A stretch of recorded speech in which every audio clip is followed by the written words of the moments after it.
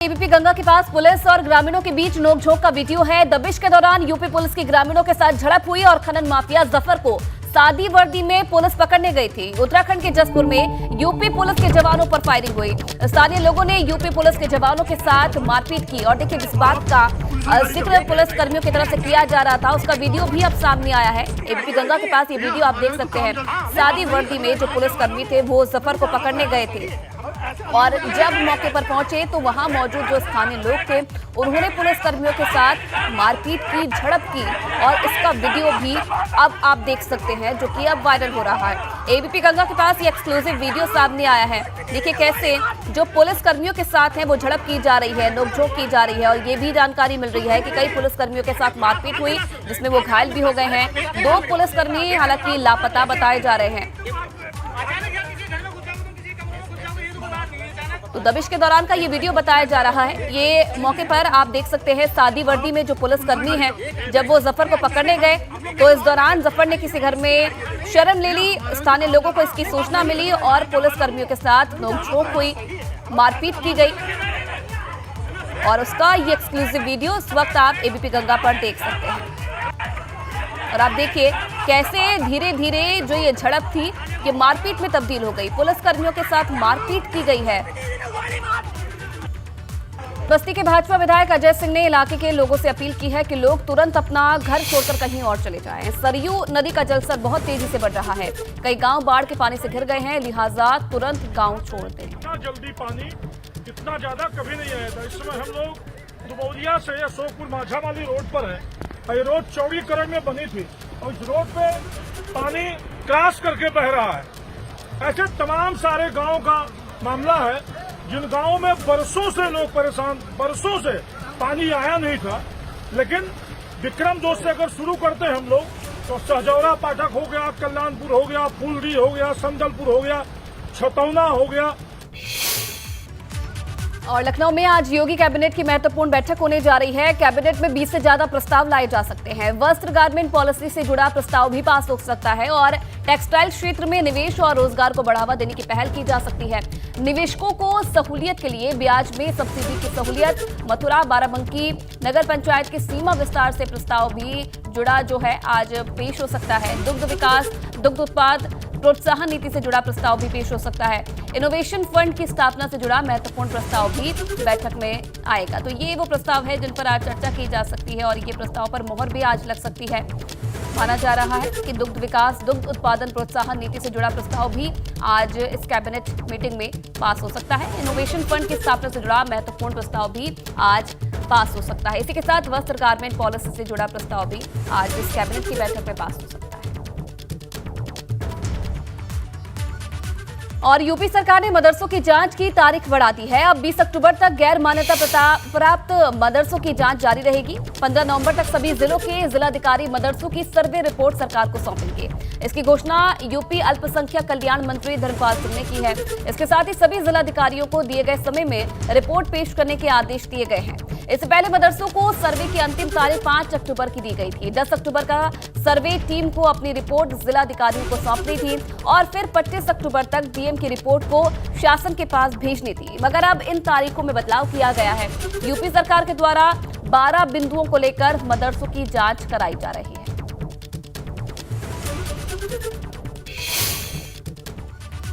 इधर मदरसों के सर्वे पर बोर्ड के चेयरमैन डॉक्टर इफ्तिखार अहमद जावेद का कहना है कि रिपोर्ट पेश होने के बाद स्थिति साफ होगी। कुछ जिलों में सर्वे का काम अभी भी जारी है और गलत कामों पर कार्रवाई करना सरकार का हक है। सर्वे का मकसद मदरसों को गलत या सही साबित करना नहीं बल्कि जांच या इन्वेस्टिगेशन नहीं बल्कि सर्वे से जानकारी ली जा रही है। कार्रवाई जो अगर गलत होंगे तो कार्रवाई तो गलत कामों की कार्रवाई करने सरकार तो बैठी हुई है। लेकिन मदरसों का ये सर्वे जो हो रहा है उसमें गलत और सही का कोई मूल्यांकन नहीं करना था।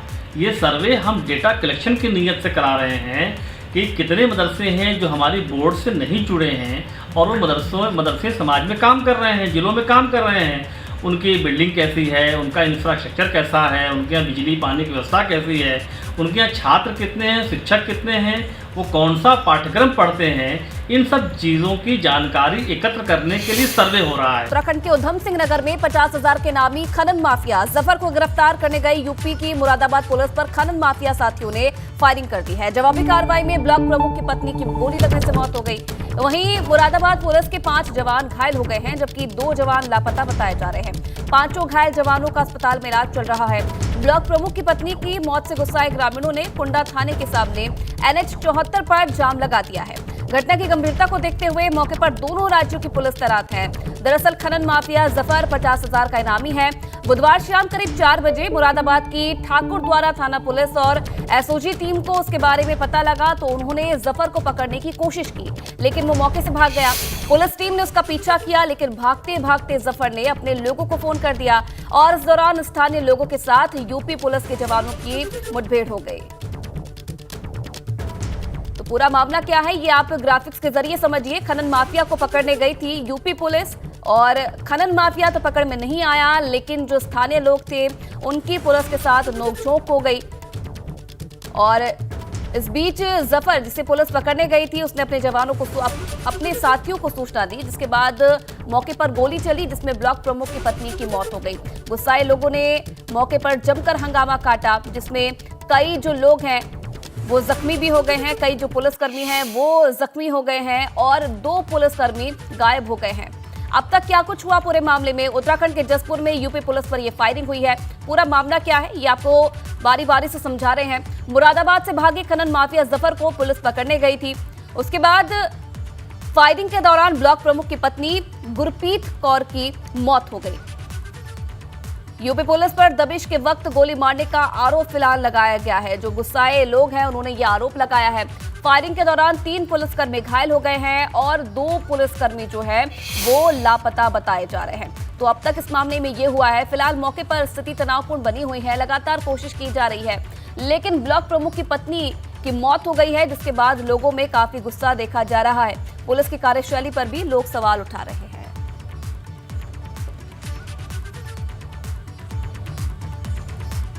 इधर नाराज लोगों ने हाईवे पर जाम लगा दिया है। ये मौके की तस्वीरें भी आप देख रहे हैं जब यह हंगामा हुआ, किस तरीके से लोगों की तरफ से प्रदर्शन किया गया और पुलिस की तरफ से समझाने की कोशिश भी की गई। जफर का आज हॉट परसुएट किया गया। आज जो है सूचना मिली जब पुलिस टीम को, यहाँ पर स्थानीय टीम को, तो इसको चेज़ किया गया और ये हमारे यानी उत्तर प्रदेश बॉर्डर से होता हुआ उत्तराखंड की तरफ गया और वहाँ पर जो अभी तक जानकारी प्राप्त हुई है, घर में जाके इसने शरण ली। वहाँ पर जब पुलिस टीम पहुँची है तो वहाँ पे फोर्सफुली पुलिस टीम को बंधक बनाया गया। बंधक बनाने के उपरांत वहाँ पर जो हमारे पुलिसकर्मियों का कहना है कि वहाँ पर पहले बहुत ही गंभीर रूप से मारपीट की गई और जब पुलिसकर्मियों ने भागने का प्रयास किया तो उसमें बेतरतीब फायरिंग भी की गई है।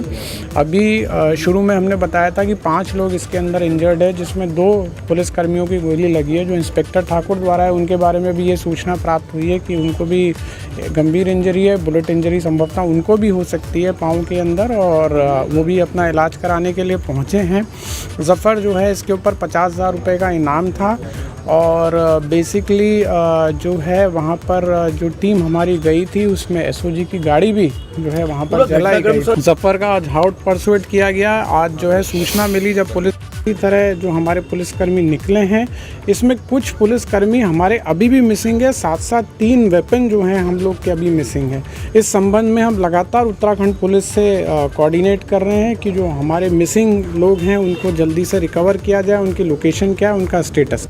बात करेंगे मुख्यमंत्री योगी आदित्यनाथ की। आज एक बार फिर से बाढ़ प्रभावित जिलों का मुख्यमंत्री दौरा करेंगे। मुख्यमंत्री योगी आदित्यनाथ आज गोरखपुर बस्ती मंडल के बाढ़ पीड़ितों का दर्द बांटने के लिए 2 दिवसीय दौरे पर आएंगे। बस्ती मंडल के 3 जिलों यानी कि सिद्धार्थनगर, बस्ती और संत कबीरनगर में आज, जबकि गोरखपुर जिले के कुछ बाढ़ प्रभावित इलाकों में आज और कल दौरा करेंगे। इससे पहले सीएम योगी ने बुधवार को बलरामपुर, श्रावस्ती और बहराइच में बाढ़ पीड़ितों का हाल जाना था। आज वो सिद्धार्थनगर पहुंचेंगे, उसके बाद बस्ती जाएंगे। संत कबीरनगर के धनघटा तहसील में भी मुख्यमंत्री का कार्यक्रम होगा और हर जगह बाढ़ पीड़ितों में बाढ़ राहत सामग्री का वितरण किया जाएगा। तो ये 5 तस्वीरें आप देखिए किस तरीके से जो ये इलाके हैं इनमें बाढ़ जैसे हालात पैदा हो गए। उसके बाद हवाई सर्वेक्षण मुख्यमंत्री की तरफ से किया गया और तत्काल प्रभाव से राहत सामग्री इन इलाकों में बांटी गई। ये तस्वीरें आप देखिए श्रावस्ती, अयोध्या, गोंडा, बहराइच और बलरामपुर की ये तस्वीरें हैं। कई कार्यक्रमों में भी शामिल हुए। इसके साथ साथ जो बाढ़ प्रभावित लोग हैं उन्हें राहत सामग्री का वितरण भी किया गया है। आज भी जो बाढ़ प्रभावित इलाके हैं उनका दौरा मुख्यमंत्री की तरफ से किया जाएगा।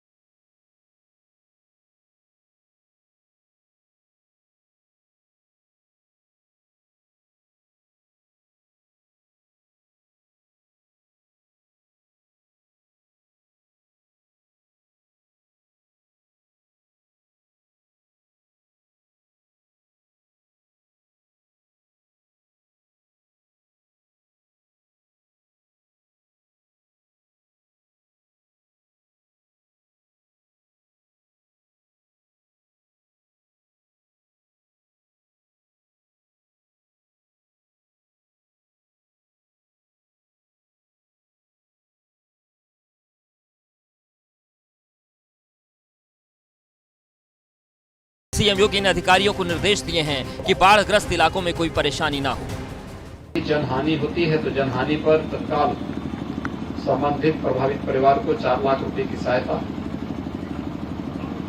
बाढ़ अथवा किसी आपदा में अंग भंग होने पर भी अनमन्य सहायता तत्काल उन्हें उपलब्ध करवाने, जिनके आवास पूरी तरह नदी में विलीन हो गए हैं, बाढ़ की चपेट में आ गए हैं, उन्हें मुख्यमंत्री आवास योजना में एक आवास उपलब्ध करवाने। मुख्यमंत्री ने बलरामपुर, श्रावस्ती और बहराइच में पहले हवाई सर्वेक्षण किया जो बाढ़ प्रभावित इलाके, और उसके बाद में खुद जमीन पर उतरे जो बाढ़ प्रभावित लोग हैं उनसे मुलाकात की। मुख्यमंत्री ने उन लोगों में राहत सामग्री भी बांटी और साफ शब्दों में ये कहा कि वो बताने आए हैं कि ऐसे मुश्किल वक्त में सरकार जनता के साथ में है, जो लोग परेशान हैं उनके साथ में है। दरअसल पिछले 7 दिनों से लगातार बारिश हो रही है, स्थिति बद से बदतर होती जा रही है। इस खराब होते हालात के बीच न सिर्फ सीएम योगी बल्कि सभी मंत्री अलग अलग जिलों में जाकर हालात का जायजा ले रहे हैं।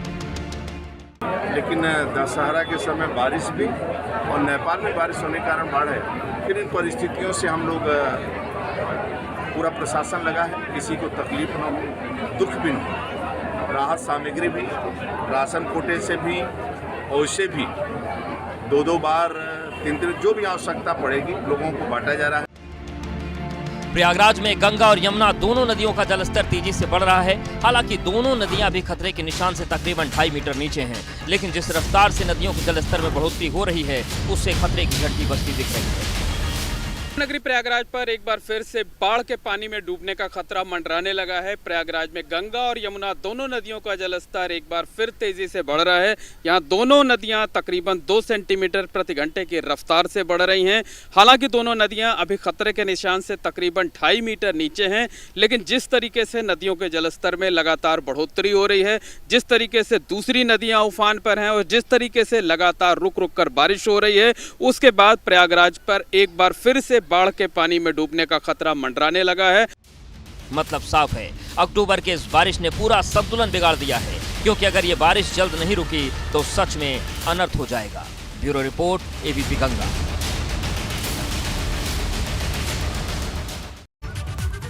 तो कई जिलों में बारिश के बाद बाढ़ के हालात को देखते हुए प्रशासन से अफसर अपने अपने क्षेत्रों में खुद जमीन पर उतरकर हालात का जायजा ले रहे हैं। लेकिन सीतापुर में बाढ़ के बाद हालात का मुआयना करने पहुंचे एसडीएम की गाड़ी बाढ़ के पानी में फंस गई। दरअसल बारिश के चलते सड़क पूरी तरह से पानी में डूबी हुई थी, जिसके चलते गाड़ी एक गड्ढे में जा फंसी।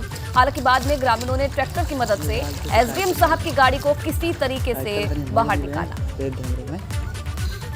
बात करेंगे सड़कों पर गड्ढों के मायाजाल की, क्योंकि बदहाल होती सड़कों पर अब सवाल उठ रहे हैं और अब लगातार इस पर राजनीति भी शुरू हो गई है। आपको बता दें कि इस पर सवाल उठाया है, धंसते एक्सप्रेसवे पर सवाल उठाते हुए मायावती ने सूबे की सरकार पर निशाना साधा है। मायावती ने एक साथ 3 ट्वीट किए और कहा कि एक तरफ सरकार अमेरिका जैसी सड़कें बनाने का काम सपना दिखाती है और दूसरी तरफ टूटी हुई सड़कें मुंह चिढ़ाती है।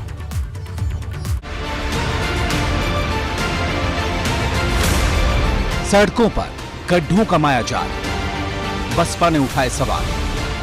अमेरिका बनाने का सपना, सरकार पर माया का हमला। जहां एक तरफ उत्तर प्रदेश में एक के बाद एक एक्सप्रेसवे का काम तेजी से चल रहा है, वहीं बसपा सुप्रीमो मायावती ने एक के बाद एक 3 ट्वीट कर सूबे की राजनीति को सुलगा दिया है। मायावती ने यूपी के खराब सड़कों और गड्ढों को लेकर सूबे की सरकार पर निशाना साधा है। मायावती ने पहले ट्वीट में लिखा कि नए एक्सप्रेसवे के लगातार धंसने और लखनऊ उन्नाव की 50 किलोमीटर सड़क में 982 गड्ढे होने से पश्चिमी यूपी और पूर्वांचल समेत ज्यादातर सड़कें बदहाल है, जो न सिर्फ जानलेवा दुर्घटनाओं के लिए चर्चित है, बल्कि सरकारी दावों की पोल खोलने के लिए भी काफी है। मायावती यही नहीं रुकी, उन्होंने इसके बाद एक दूसरा ट्वीट किया। इसमें उन्होंने लिखा कि यूपी में दूसरी बार भाजपा की सरकार बनने के बाद से भी प्रदेश गड्ढा मुक्त नहीं हो पाया, जबकि गड्ढा मुक्त बनाने के दावे हर मंत्री और नेताओं की तरफ से रोज होते हैं, लेकिन इनके दावों की तरह ही सूबे को गड्ढा मुक्त नहीं बना पाना लोगों को अब काफी विचलित कर रहा है। इसके साथ ही मायावती ने एक तीसरा ट्वीट भी किया, जिसमें मायावती ने नमक छिड़कने का आरोप लगाते हुए केंद्र और राज्य दोनों सरकारों पर निशाना साधा।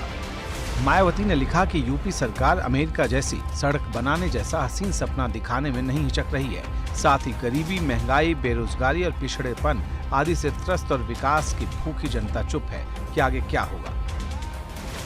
मायावती ने एक्सप्रेसवे के धंसने से लेकर सड़कों पर गड्ढे और अमेरिका जैसी सड़कें बनाने को लेकर यह हमला ऐसे वक्त में बोला है जब बुधवार को बुलंदशहर में रोड के धंसने की खबर आई है, जहां बुलंदशहर के पौश इलाके में 20 फुट चौड़ा और 7 फुट गहरा गड्ढा हो गया। हालांकि गनीमत ये रही कि जिस वक्त ये गड्ढा हुआ वहां कोई मौजूद नहीं था। मायावती ने ट्वीट के जरिए साफ तौर पर कहा कि लगातार प्रदेश में दूसरी बार भाजपा की सरकार बनी है। आए दिन मंत्री जो हैं वो ये वादे करते हैं, ये दावे करते हैं कि प्रदेश की सड़कों को गड्ढा मुक्त किया जाएगा, लेकिन उसके बावजूद हकीकत क्या है वो सबके सामने है और जो हकीकत है वो अब जनता को विचलित कर रही है। मायावती ने अपने ट्वीट में लिखा कि एक्सप्रेसवे की जो सड़कें हैं वो दरकने लगी हैं, धंसने लगी हैं, जो हाईवे हैं वहां पर भी बड़े बड़े गड्ढे हो रहे हैं और इन सब के बावजूद भी सरकार यूपी की सड़कों को अमेरिका जैसा बनाने की बात करके कहीं ना कहीं धोखा देने जैसा काम कर रही है। लेकिन बड़ा सवाल यह है कि क्या उत्तर प्रदेश को इन गड्ढों से मुक्ति मिलेगी, क्योंकि हाल ही में बुंदेलखंड एक्सप्रेसवे के धंसने की भी कई तस्वीरें सोशल मीडिया पर वायरल हुई थी। तब कहा गया था कि एक्सप्रेसवे का उद्घाटन आनन फानन में तो नहीं कर दिया। वहीं जानकार मायावती के इस हमले को केंद्रीय सड़क परिवहन मंत्री नितिन गडकरी के बयान पर तंज के रूप में भी देख रहे हैं, जब उन्होंने लखनऊ में इंडियन रोड कांग्रेस के अधिवेशन के दौरान कहा था कि यूपी में सड़कों को 2024 से पहले अमेरिका से भी बेहतर बनाना है। लेकिन जब पहले से बनी सड़कों में ये पता लगाना मुश्किल हो जाए कि सड़क में गड्ढे हैं या गड्ढों में सड़क, तो सवाल गंभीर हो जाता है, क्योंकि दुर्घटना का एक बड़ा कारण रोड का ठीक नहीं होना भी है। सड़क दुर्घटना में उत्तर प्रदेश का नंबर भी पहला है, जहां हर साल औसतन 20,000 लोगों की जान जाती है, लेकिन इसके बाद भी हालत में सुधार नहीं होता। ऐसे में सवाल है कि जो बात मायावती ने कही है, क्या उसके बाद भी सड़कों की सूरत बदलेगी? क्योंकि अमेरिका न सही, ठीक ठाक रोड भी बन जाए तो काम चल जाएगा।